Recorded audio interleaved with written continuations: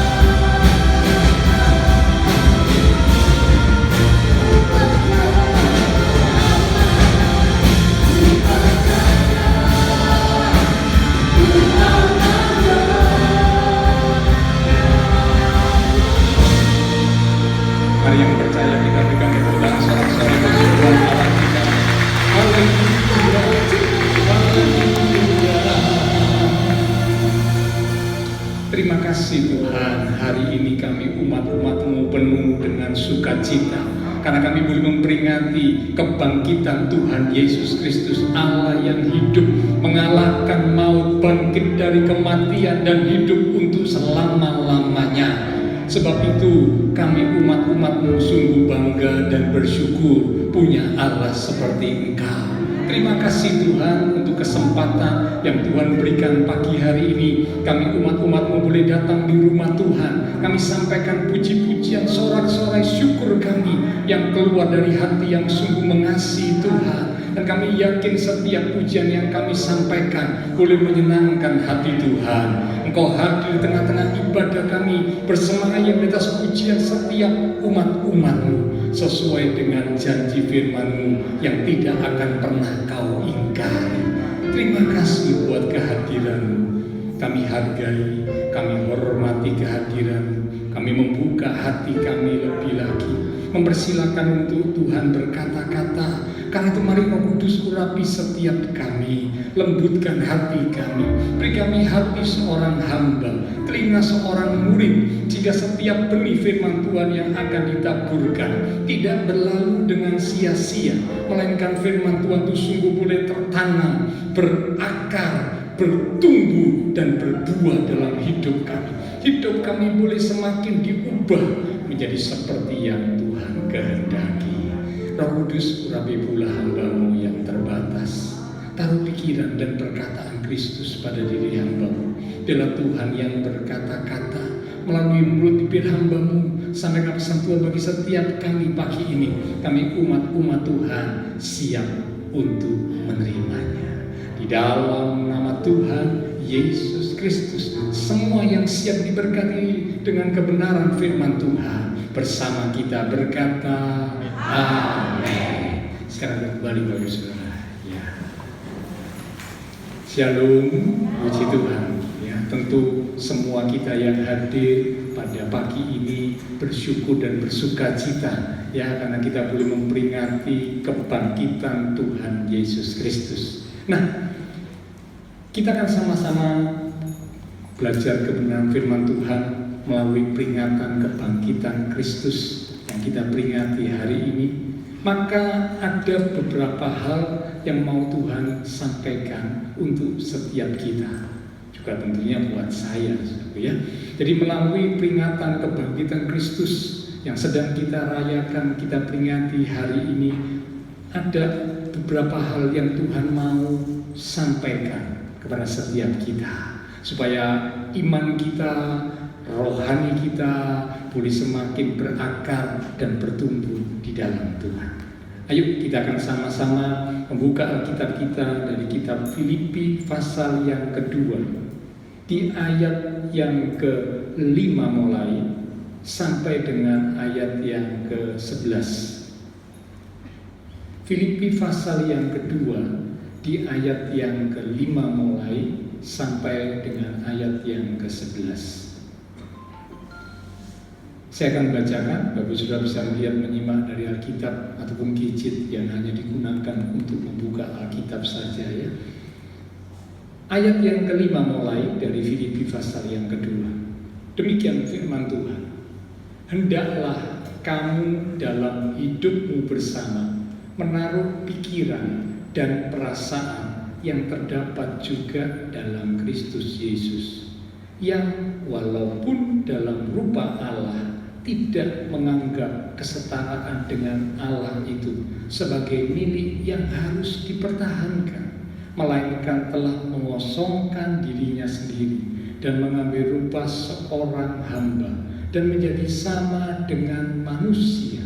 Dan dalam keadaan sebagai manusia, ia telah merendahkan dirinya dan taat sampai mati, bahkan sampai mati di kayu salib. Itulah sebabnya Allah sangat meninggikan dia dan mengaruniakan kepadanya nama di atas segala nama, supaya dalam nama Tuhan Yesus bertekuk lutut segala yang ada di langit dan yang ada di atas bumi dan yang ada di bawah bumi, dan segala lidah mengaku Yesus Kristus adalah Tuhan, bagi kemuliaan Allah Bapa. Yang setuju berkata amin. Nah, hal-hal apakah yang Tuhan ingin sampaikan kepada setiap kita melalui peringatan kebangkitan Kristus yang kita peringati bersama hari ini? Yang pertama, tiada kebangkitan tanpa kematian. Sekali lagi, tiada kebangkitan tanpa kematian. Paskah sesungguhnya bukan hanya bicara tentang kebangkitan, melainkan Paskah itu juga bicara tentang kematian yang dilanjutkan dengan kebangkitan. Karena tidak mungkin ada sebuah kebangkitan kalau tidak melewati kematian. Karena itu hal yang pertama yang Tuhan mau sampaikan buat kita melalui peringatan kebangkitan Kristus hari ini, tiada kebangkitan tanpa kematian. Tiada kemuliaan tanpa penyangkalan diri. Kristus memberikan sebuah teladan. Hari Jumat kemarin kita boleh belajar bersama, ya, firman Tuhan berkata keteladanan Kristus ketika menjelang saat-saat akan ditangkap, dalam doanya diucapkan, biarlah kehendak Bapa surgawi yang terjadi. Secara manusia, kalau boleh cawan ini lalu, demikian kata Tuhan Yesus dalam doanya. Tetapi biar bukan kehendakku yang jadi, tapi kehendak Bapa yang jadi. Sebuah penyangkalan diri dinyatakan. Dan puncak saat ada di kayu salib, kalimat yang terakhir, Tuhan berkata, ya Bapa, ke dalam tangan kuserahkan nyawa. Tidak akan ada kemuliaan tanpa penyangkalan diri. Kristus memberikan teladan, menyangkal dirinya, menyangkal keinginannya secara manusia. Karena waktu ada di muka bumi, Kristus selain 100% Allah juga 100% manusia. Bisa merasakan hal-hal seperti yang manusia rasakan. Salah satunya takut dan gentar. Itu Tuhan Yesus rasakan waktu ada di muka bumi. Saat berdoa di Taman Getsemani, keringatnya itu sampai seperti titik-titik darah. Ya. Mengapa? Karena ketakutan yang amat sangat. Secara manusia, Kristus merasakan perasaan seperti yang Bapak, Ibu, Saudara, dan saya sebagai manusia rasakan. Tetapi dia sangkal dirinya, dia tetap taat sampai mati di atas kayu salib. Kalau mau melawan, bisa. Ya, kalau Tuhan Yesus mau melawan serdadu Romawi yang menyalibkan dia, yang menyiksa dirinya, bisa, terlalu bisa. Waktu mau ditangkap, Tuhan Yesus cuma berkata, akulah dia. Serdadu Romawi yang kuat dan perkasa jatuh, roboh. Baru cuma ngomong akulah dia, sudah roboh. Karena perkataan Tuhan Yesus berkuasa. Namun Tuhan Yesus tidak melakukan perlawanan ketika ditangkap, ketika dianiaya, ketika disalibkan. Mengapa? Karena memang Tuhan menyerahkan kehendak Bapa surgawi yang terjadi. Ya. Tidak akan ada kemuliaan tanpa penyangkalan diri. Karena itulah tadi kitab Filipi yang kita baca berkata, itulah sebabnya Allah mengaruniakan kepada Tuhan Yesus nama di atas segala nama. Kemuliaan akan terjadi kalau ada penyangkalan diri. Tiada mujizat tanpa tantangan. Banyak orang berharap kebangkitan terjadi, kemuliaan dinyatakan, mujizat terjadi, tetapi mereka tidak mau, mereka tidak siap melewati hal-hal yang harus dilewati. Kematian secara daging, hawa nafsu, menyangkal diri, tantangan masalah yang harus dihadapi karena menurut firman Tuhan, kehendak Tuhan, mereka tidak mau. Mereka maunya cuma kebangkitan, kuasa dinyatakan, mujizat terjadi, kemuliaan dicurahkan. Maunya cuma itu, saudara.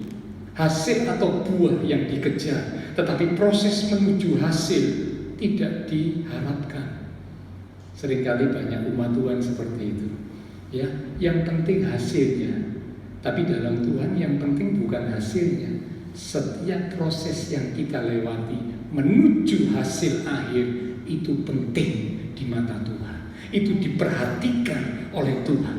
Kalau Bapak Ibu lihat perjalanan setiap tokoh Alkitab, sebelum mereka mencapai seperti yang Tuhan inginkan, ada perjalanan kehidupan melewati proses demi proses, tahapan demi tahapan. Mematikan keinginan daging, menyangkal diri, mengalami tantangan karena kehendak Tuhan harus dilewati, harus dialami. Ya, jadi yang pertama, tidak akan ada kebangkitan tanpa kematian, tidak akan ada kemuliaan tanpa penyangkalan diri, tidak akan ada mujizat tanpa tantangan. Lazarus yang mati dibangkitkan, kemuliaan Allah dinyatakan. Demikian juga Israel ketika hendak berada di dekat Laut Teberau, di belakang orang Mesir mengejar. Ya, ini tantangan yang besar buat mereka. Nyawa mereka terancam. Secara manusia tidak ada jalan keluar. Tetapi justru saat tantangan yang besar seperti itu, saatnya Tuhan menyatakan kemuliaannya kepada bangsa Israel. Mereka boleh melihat air laut itu bisa terbelah. Ya, satu ke sisi kanan, satu ke sisi kiri. Tidak masuk akal secara manusia, namun terjadi. Ya, tidak ada mujizat tanpa tantangan. Jadi kalau hari-hari ini mungkin Bapak Ibu Saudara umat Tuhan sedang menghadapi sebuah tantangan yang kita alami hari-hari ini karena kita mau menurut kehendak Tuhan.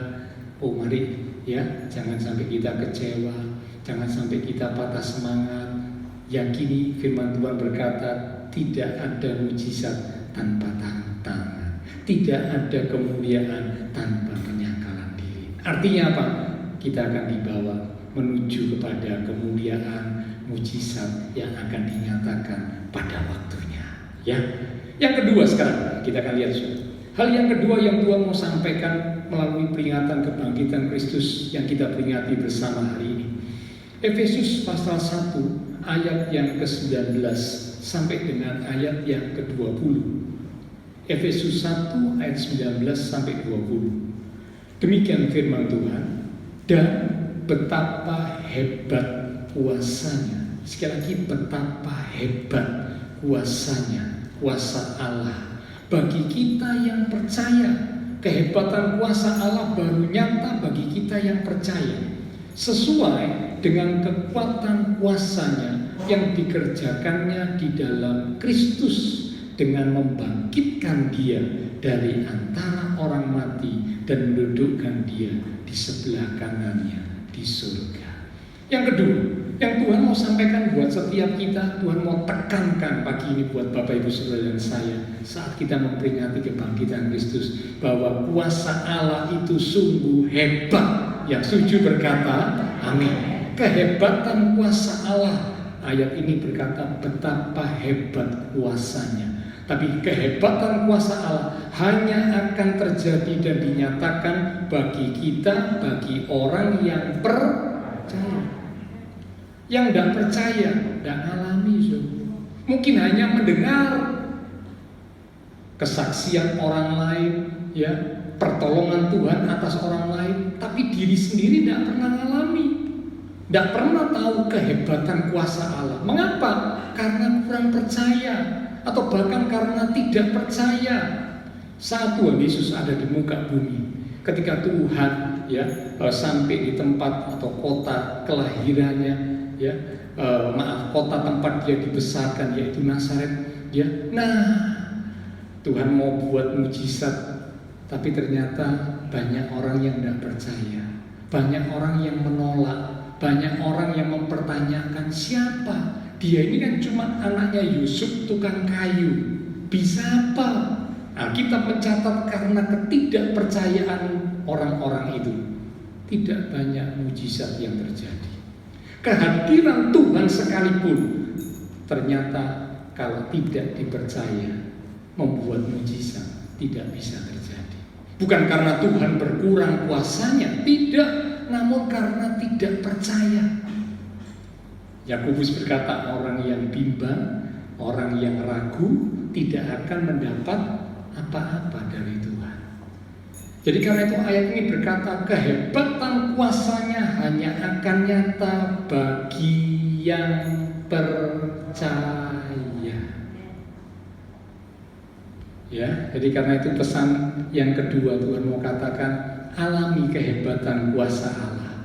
Dan itu hanya bisa terjadi kalau kita sungguh-sungguh percaya. Itulah sebabnya Paulus berkata dalam Filipi 3 ayat 10, yang ku kehendaki ialah mengenal Dia dan kuasa kebangkitannya. Mengenal Tuhan dan kuasa kebangkitan Tuhan semakin dikenal supaya membuat kita semakin kuat di dalam iman percaya kita. Apapun boleh terjadi, tapi iman percaya kita tidak boleh goyah. Kalau kita sungguh-sungguh percaya, ya dikatakan dalam 1 Petrus 1 ayat yang ketiga. Maaf, saya cuma menyebutkan saja ayat-ayatnya untuk menyingkat waktu. 1 Petrus 1 ayat yang ketiga dikatakan, Allah yang telah membangkitkan Tuhan Yesus Kristus dari antara orang mati akan membawa kita kepada suatu hidup yang penuh dengan pengharapan. Pengharapan. Kalau kita sungguh percaya kehebatan kuasa Allah akan dinyatakan, maka hidup kita selalu ada harapan. Sesulit, seberat apapun tantangan yang kita hadapi, saya mau tegaskan dan katakan, di dalam Tuhan yang sanggup melakukan segala perkara, hidup kita selalu ada harapan. Bahkan Allah berjanji memberikan masa depan yang penuh dengan harapan, masa depan yang indah. Karena itu Bapak Ibu Saudara, mari sungguh-sungguh kita percaya kepada Tuhan. Ya, sungguh-sungguh kita yakini akan kehebatan kuasa Allah. Jangan sampai bimbang, jangan sampai ragu, jangan sampai mempertanyakan kehebatan kuasa Allah. Maka kita tidak akan mengalami kedahsyatan kuasa Allah itu. Yang ketiga sekarang, kalau yang pertama Tuhan ingatkan, tiada kebangkitan tanpa kematian, tiada kemuliaan tanpa penyangkalan diri, tiada mujizat tanpa tantangan. Yang kedua Tuhan katakan, kehebatan kuasa Allah terjadi bagi mereka yang sungguh percaya. Yang ketiga, di 1 Korintus pasal 15 di ayat 3 sampai dengan ayat yang keempat. Mari kita lihat sebentar. Meskipun ini salah satu ayat yang sangat terkenal, ya, tapi perlu kita perhatikan, kita cermati baik-baik pagi ini ya. 1 Korintus 15 ayat 3 sampai 4. Demikian firman Tuhan. Sebab yang sangat penting telah kusampaikan kepadamu. Sangat penting berarti perlu diperhatikan dengan sungguh-sungguh. Yaitu apa yang telah kuterima sendiri. Paulus bukan cuma menyampaikan, tapi Paulus menerimanya, Paulus mengalaminya. Apakah itu? Lihat kalimat berikut. Ialah bahwa Kristus telah mati karena dosa-dosa kita sesuai dengan kitab suci, bahwa ia telah dikuburkan dan bahwa ia telah dibangkitkan pada hari yang ketiga sesuai dengan kitab suci. Dua kali dalam ayat ini diulang kata sesuai dengan kitab suci, sesuai dengan kitab suci. Ternyata bahwa apa yang dialami oleh Tuhan Yesus di muka bumi, baik kematiannya, baik kebangkitannya, semua terjadi sesuai dengan kitab suci. Maka pesan yang Tuhan mau sampaikan buat kita pagi ini. Yang ketiga, firman Tuhan harus menjadi patokan. Sekali lagi, firman Tuhan harus menjadi patokan atau standar atau tolok ukur untuk setiap kita, umat Tuhan. Harus jadi patokan. Kalau dalam hidup ini patokan kita perkataan manusia bisa berubah, dan memang kenyataannya sering berubah. Apa yang ada di dunia ini semua bisa berubah. Karena itulah Ibrani berkata pasal 12, semua yang ada di dunia ini digoncangkan.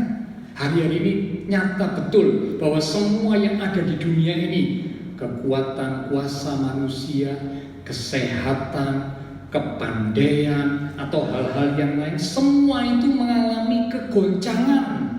Supaya tinggal nyata yang tidak tergoncangkan, yaitu Allah, kerajaannya, dan firman-Nya yang tidak tergoncangkan. Langit dan bumi akan berlalu, akan hancur, tapi perkataan Tuhan tetap untuk selamanya, tidak tergoncangkan. Karena itu mari jadikan firman Tuhan sebagai patokan hidup kita.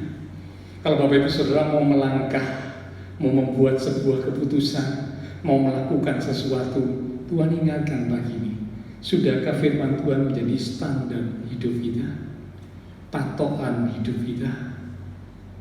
Ini penting, saudara. Kalau firman Tuhan tidak menjadi patokan atau standar hidup kita, maka dengan mudah kita bisa melangkah dan membuat keputusan menurut apa yang kita anggap baik, menurut apa yang orang lain katakan. Belum tentu itu sesuai dengan firman Tuhan, dan seringkali justru bertentangan dengan firman Tuhan. Karena memang Alkitab berkata keinginan daging, keinginan manusia itu bertentangan dengan keinginan roh. Galatia pasal 5 berkata demikian. Jadi justru perkataan manusia yang tidak didasari firman, keinginan manusia yang tidak didasari firman, justru sering bertentangan dengan firman Tuhan. Nah, kalau umat Tuhan tidak menjadikan firman Tuhan sebagai patokan, mereka gampang menyimpang, mereka gampang berbelok dari apa yang Tuhan mau. Pagi ini yang ketiga, jadikan firman Tuhan sebagai standar, patokan, tolok ukur untuk hidup kita. Karena kematian Tuhan Yesus, kebangkitan Tuhan Yesus itu pun terjadi sesuai firman Tuhan. Yang keempat sekarang, yang terakhir, Roma pasal 6 di ayat yang keempat. Roma pasal 6 di ayat yang keempat. Demikian firman Tuhan.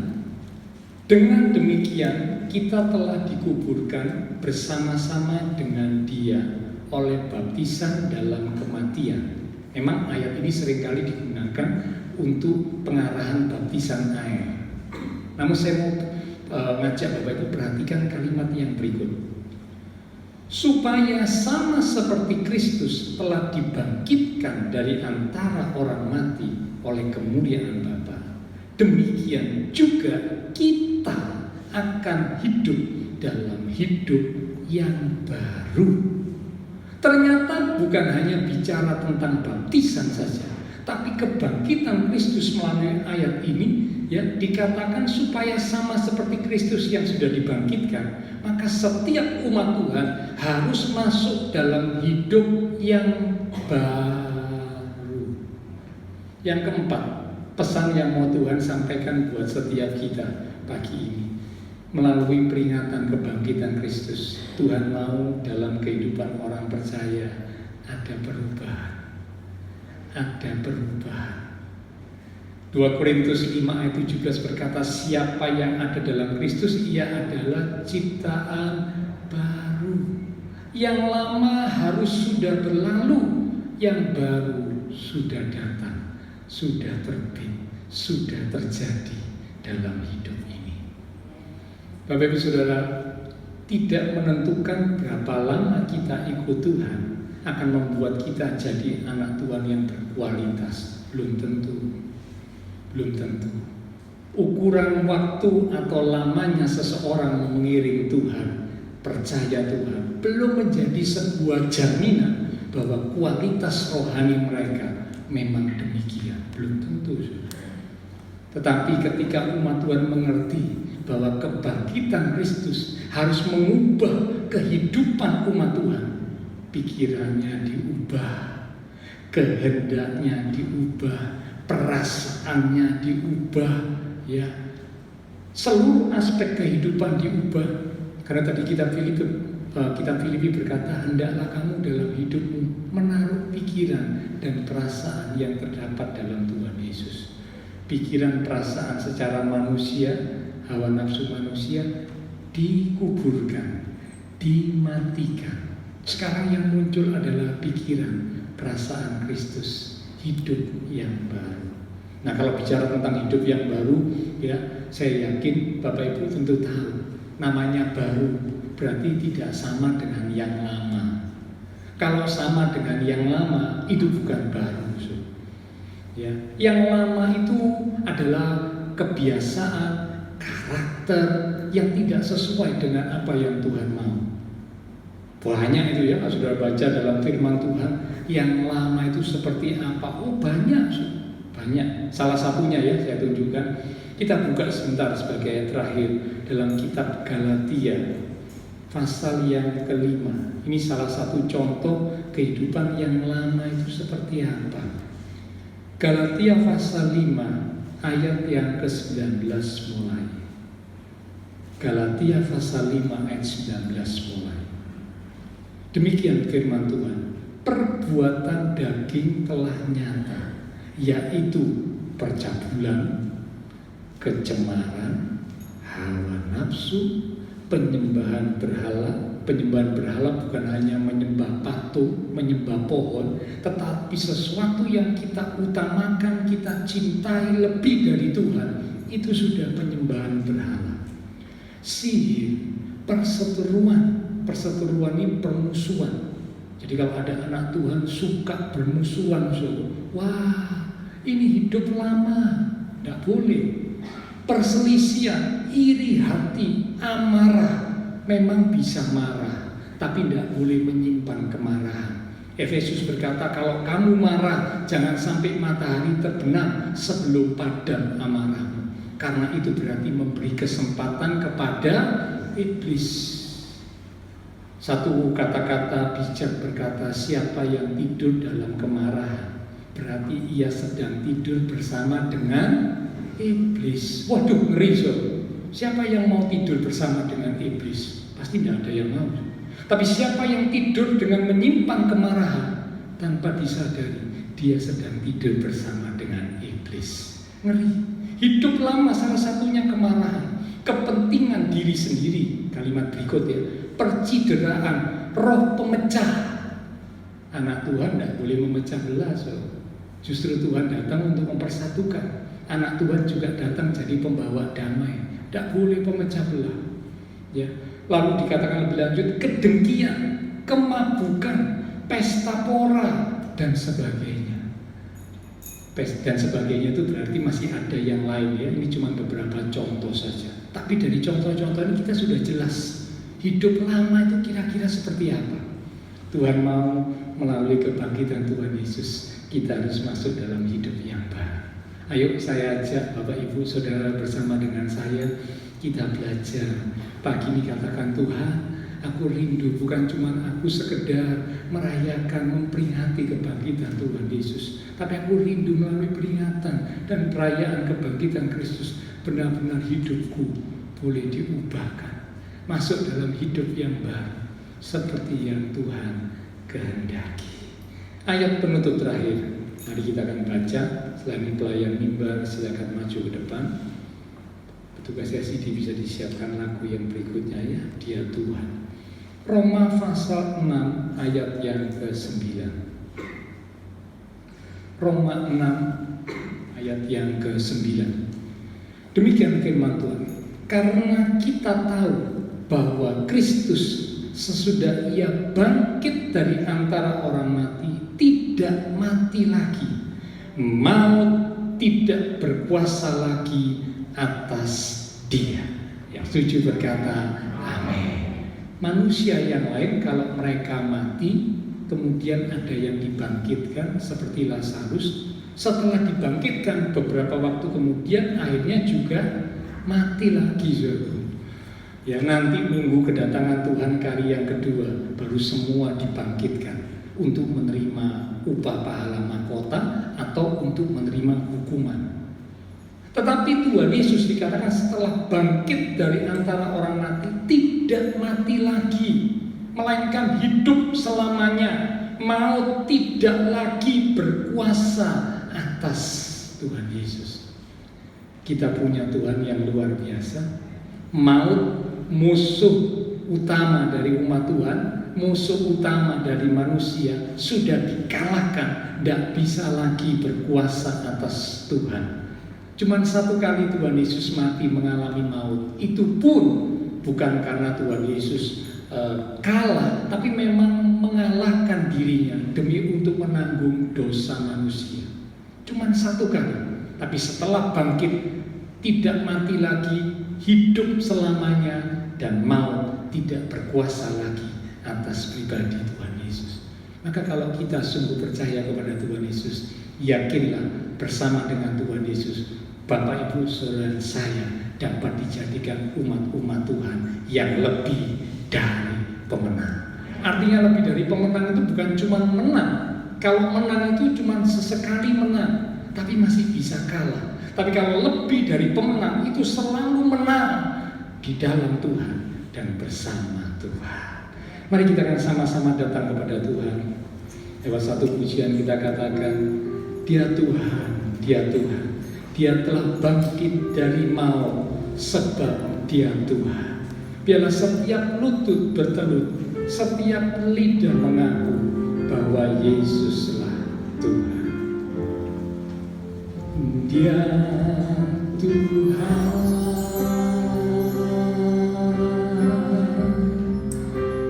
Dia Tuhan,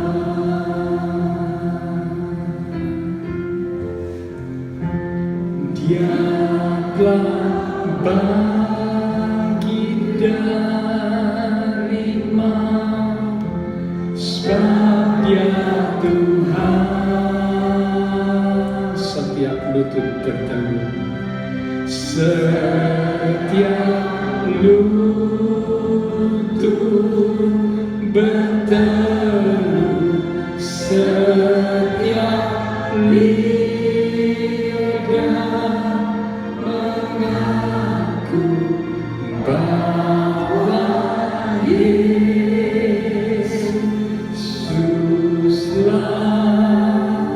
Tuhan. Mari dengan lebih sungguh kita katakan, Dia Tuhan, Dia Tuhan,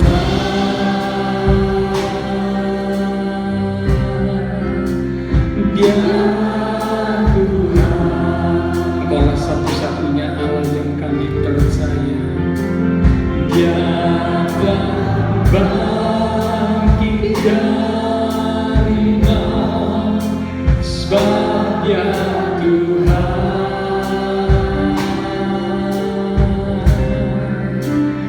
Setiap lutut bertelut, setiap lidah mengaku bahwa Yesuslah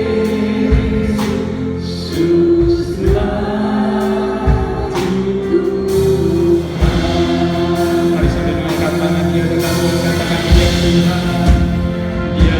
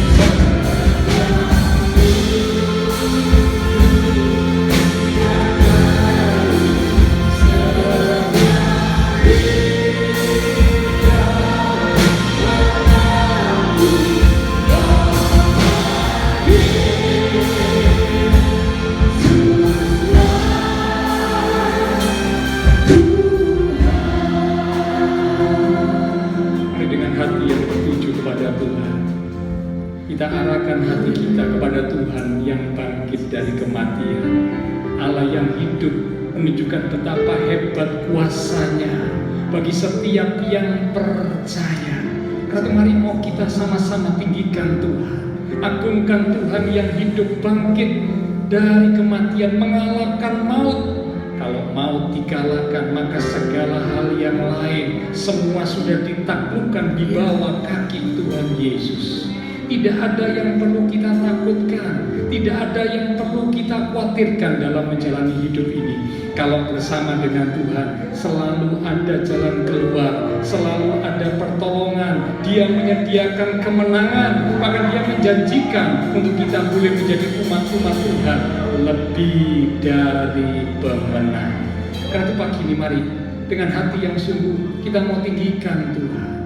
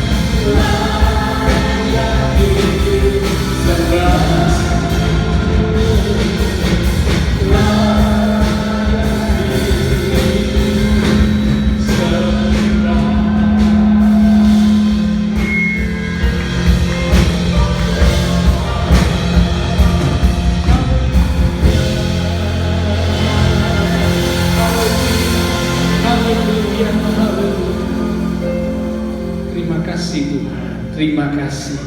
Hari ini kami umat-umat Tuhan sungguh bersukacita. Kami boleh memperingati kebangkitan Tuhan Yesus. Dan firman-Mu mengingatkan setiap kami, oh Tuhan hendak sampaikan bahwa tidak akan ada kebangkitan tanpa kematian. Tidak akan ada kemuliaan tanpa penyangkalan diri. Tidak akan ada mujizat tanpa tantangan. Karena kalau hari-hari Tuhan izinkan kami mengalami sesuatu, biarlah kami tidak menjadi ragu, kami tidak menjadi bimbang, kami boleh tetap percaya akan kehebatan kuasa Allah, sehingga kami boleh mengalami kehebatan kuasa Allah itu sungguh terjadi dalam hidup setiap kami umat-umat-Mu ya Tuhan.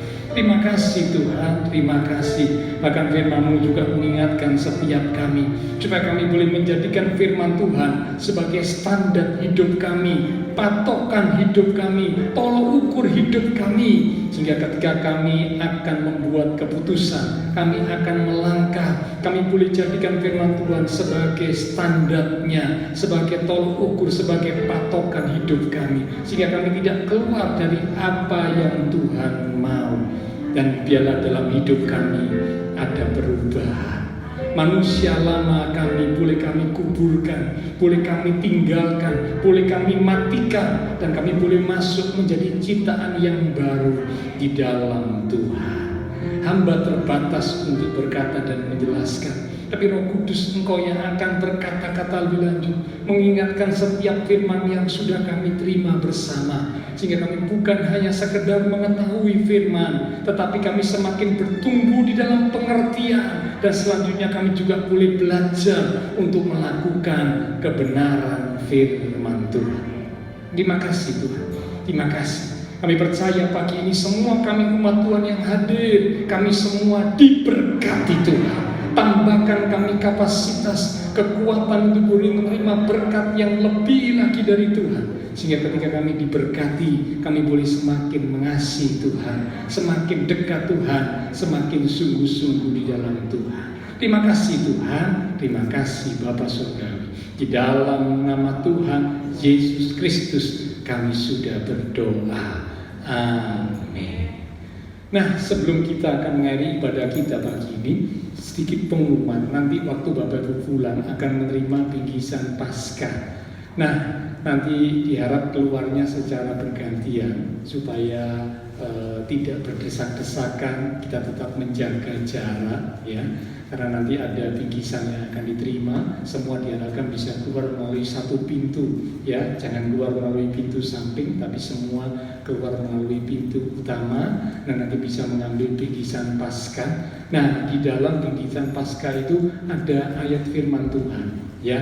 Nah, nanti Bapak Ibu jangan lupa lihat ayat firman Tuhannya yang akan yang sudah diterima, nanti dibaca ya, tentunya direnungkan dan juga dilakukan supaya firman Tuhan boleh jadi berkat buat kita sekalian ya.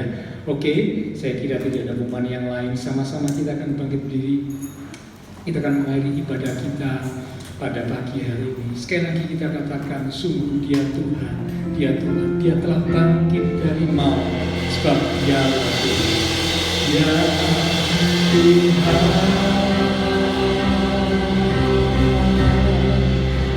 Dia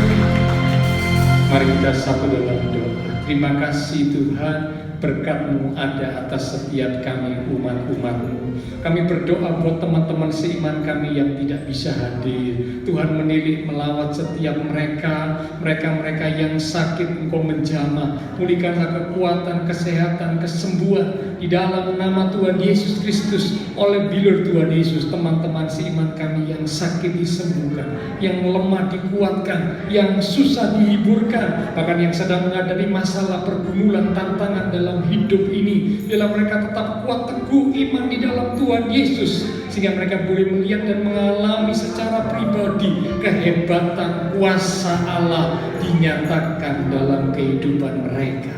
Terima kasih Tuhan. semua yang sudah melayani, persembahan yang akan dipersembahkan, apapun yang dilakukan setiap umat-Mu, karena mengasihi Tuhan, Allah sumber segala berkat akan memberkati kembali berlipat kali ganda dan memakai hidup kami untuk boleh lebih lagi memuliakan Tuhan. Kami berdoa memberkati bangsa negara kami Indonesia, pemimpin-pemimpin bangsa kami, kota kami Surabaya, bahkan tetangga lingkungan sekitar gereja Tuhan. Memberkati setiap jemaat-jemaat Tuhan yang berulang tahun sepanjang minggu ini. Memberkati setiap jemaat Tuhan di dalam iman rohani khususnya. Demikian juga dalam kehidupan keluarga rumah tangga, pekerjaan, studi. Tuhan berkati. Biarlah apa yang dikerjakan oleh umat-Mu diberkati Tuhan dan dibuat Tuhan menjadi berhasil. Tuhan dipermuliakan. Terima kasih Tuhan. Sebentar kami akan berpisah satu dengan yang lain. Lindungi sertai dan hentar kami sampai kami tiba di tempat tujuan kami masing-masing. Berkat Paskah, bingkisan Paskah yang akan kami terima, khususnya di dalamnya ada ayat firman Tuhan. Biarlah firman Tuhan ini boleh berkata-kata, mengingatkan, menasehati, menghibur, tetapi kami boleh menerimanya dengan sukacita. Firman Tuhan boleh jadi rema yang menguatkan, yang membimbing, memperbaiki, dan mendidik kami menjadi umat Tuhan yang semakin hidup di dalam kebenaran. Terima kasih Tuhan.